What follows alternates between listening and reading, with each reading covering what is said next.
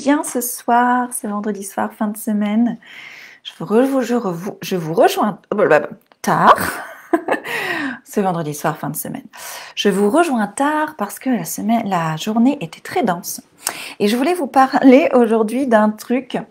Alors, comment, quand on rentre dans des pensées, des ruminations négatives, qu'on se juge, qu'on se critique de ne pas avoir été à la hauteur, de ne pas avoir comment faire pour en sortir le plus rapidement possible et s'orienter vers la solution, s'orienter vers des énergies positives qui nous font vraiment avancer et qui nous maintiennent pas dans un rôle de victime ou dans une anxiété, dans un stress, dans une dévalorisation de soi. Pour celles et ceux qui ne me connaissent pas, qui arrivent sur ma page, je suis Marine Kervella et j'aide les mamans hypersensibles, ultra sensibles et hyper empathiques à lâcher les masques, à laisser tomber les masques et à libérer la culpabilité qu'elles portent comme un fardeau pour enfin vivre une vie et une parentalité sereine et consciente. Donc, peut-être que vous avez vu passer mes stories d'aujourd'hui. C'est cet événement dont je voulais vous parler. Ce matin, j'avais rendez-vous avec une cliente à 11h et mon on va dire colocataire de cabinet, parce que mon cabinet est au-dessus d'une habitation, mon colocataire de cabinet avait décidé d'écouter la chanson Ti amo. Je vous fais un petit morceau. Ti amo, ta ta ta ta. Vous voyez bien. Elle avait décidé d'écouter cette chanson très très fort, porte ouverte. J'étais en pleine séance, une séance de sophroanalyse, qui est une technique thérapeutique qui utilise un état de relaxation. Ma cliente était donc en état de relaxation, le processus était en cours, le processus de séance était en cours, on était en train de libérer quelque chose, et là, Ti amo se met à fond. Et là, tout de suite en moi, le stress, voilà, bon. Elle était en relaxation, donc je ne pouvais pas lui dire « Attendez, je vais dire à mon colocataire de baisser le son, je reviens ». Non, donc on a terminé comme ça. La séance s'est bien terminée, la cliente n'était pas perturbée, c'est moi qui étais vraiment perturbée.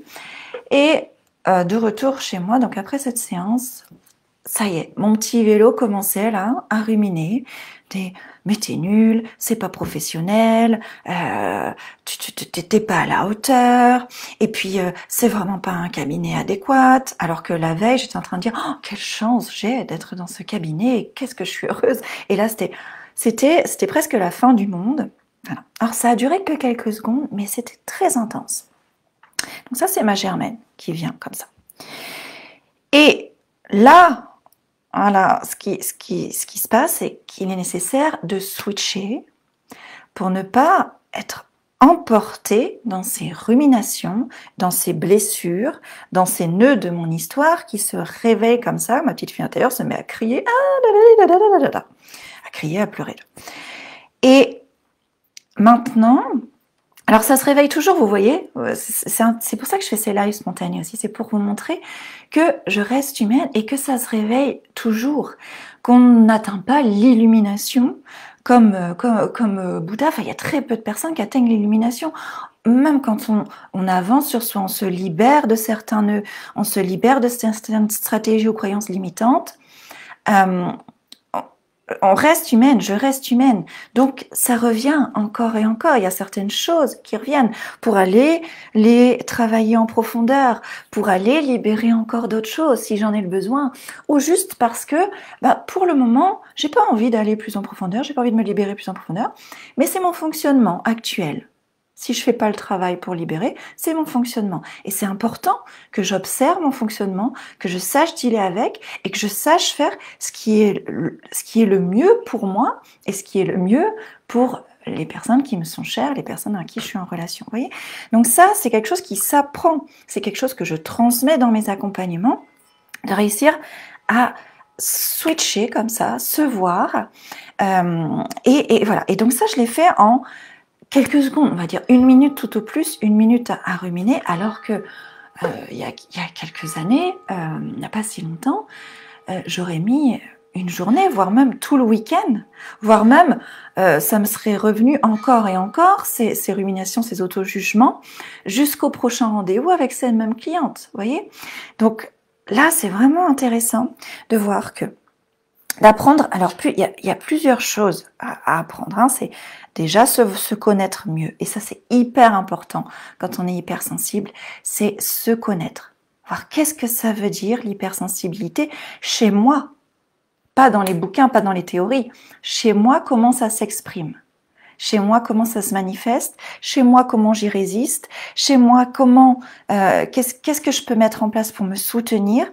Chez moi. C'est pour ça que les accompagnements individuels, comme l'accompagnement reflet, sont essentiels à mes yeux, sont tellement puissants et transformateurs parce que je m'adapte à la personne, parce que j'accompagne la personne dans son vécu, dans le concret, dans qui elle est, avec ses propres stratégies, etc. Bon, bref.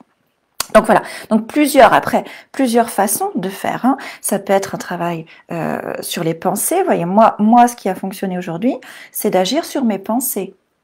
Donc, à savoir que les pensées, des pensées découle une émotion, d'une émotion découle un comportement, des comportements découlent aussi des actions, qui découlent des pensées, et c'est un cycle. Pensée, émotion, comportement. Toujours. Donc je pouvais changer mon émotion voilà, je me sentais pas bien, je me sentais accablée, je me sentais stressée, en modifiant, en agissant sur mes pensées. C'est ce que j'ai fait aujourd'hui. Il y a d'autres choses possibles. Voilà, par moment, j'agis plus sur mon corps, j'agis plus sur mon système nerveux, parce que le système nerveux des personnes hypersensibles est lui aussi hautement sensible. C'est-à-dire que les curseurs de tolérance sont plus bas que les autres personnes qui ne sont pas sensibles. Donc, il se met en alerte très très vite.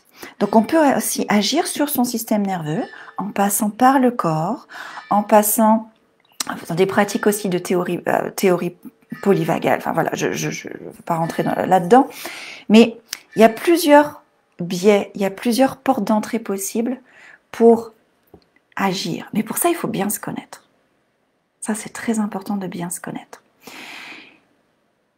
Et c'est quand même essentiel, pour moi c'est tellement essentiel, ça a tellement changé ma vie, de savoir agir là-dessus, me connaître suffisamment et agir là-dessus pour me soutenir et ne plus rester enfermée dans des situations comme, voilà, où en tant que maman, on pourrait se dire des fois, j'en peux plus, je peux plus le supporter, il est vraiment insupportable, il m'écoute jamais, il me respecte pas.